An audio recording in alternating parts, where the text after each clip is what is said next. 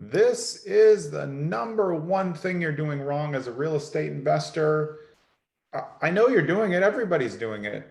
If you're brand new, the problem that is happening is you're thinking way too far into the future. I know everybody wants to have a very dedicated plan. I'm going to get from here to A to B to C to D. But if you read all the books and you go to my favorite book, The Slight Edge by Jeff Olson, you're not doing the building blocks. You only get to the grand plan once you build back down the smaller building blocks. So if you want to have a large plan, say you want to have 100 units, you need to back that all the way up to number one. Because if you keep looking at 100, you're never going to get anything done. And you're actually never going to make the properties in the middle get to max performance, which is the absolute key to growing your real estate empire, if you will, is having assets that perform well before you move on, because it reduces the capex on old properties as you move into new properties. My name is Jonathan Green. I've been a real estate investor my whole life. I have an off-market property acquisition company called Streamline Properties. I also have an on-market team called Streamline Properties On Market. We're brokered by eXp Realty. So we work with a lot of investors. We do a lot of investor Zooms. And the one thing that I see is people planning out the future of their investments, which again, I like, but unless you're building the baby steps to get there, there's going to be a lot of lost money along the way. I see new investors get their first property. Awesome.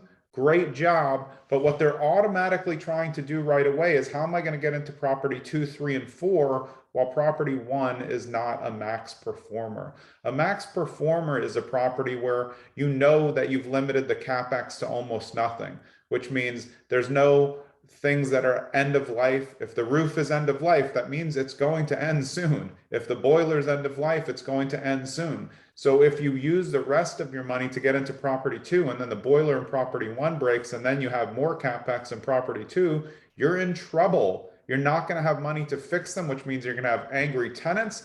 They're going to be looking for constructive eviction. You're going to be stuck with 2 non-performing properties because your money can't go between them if you don't have excessive reserves for that. So my best advice, especially in this situation that I'm seeing, which is just a little bit too into the future. Again, I'm a long-term thinker. I believe in planning out for the long term.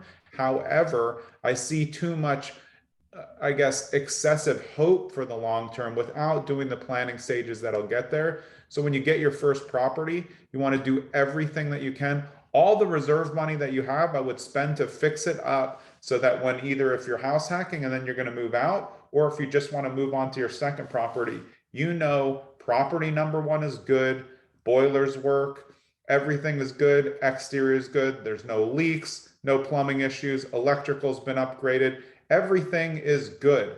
So you can go and know the only calls we're going to get are little, tic-tac things.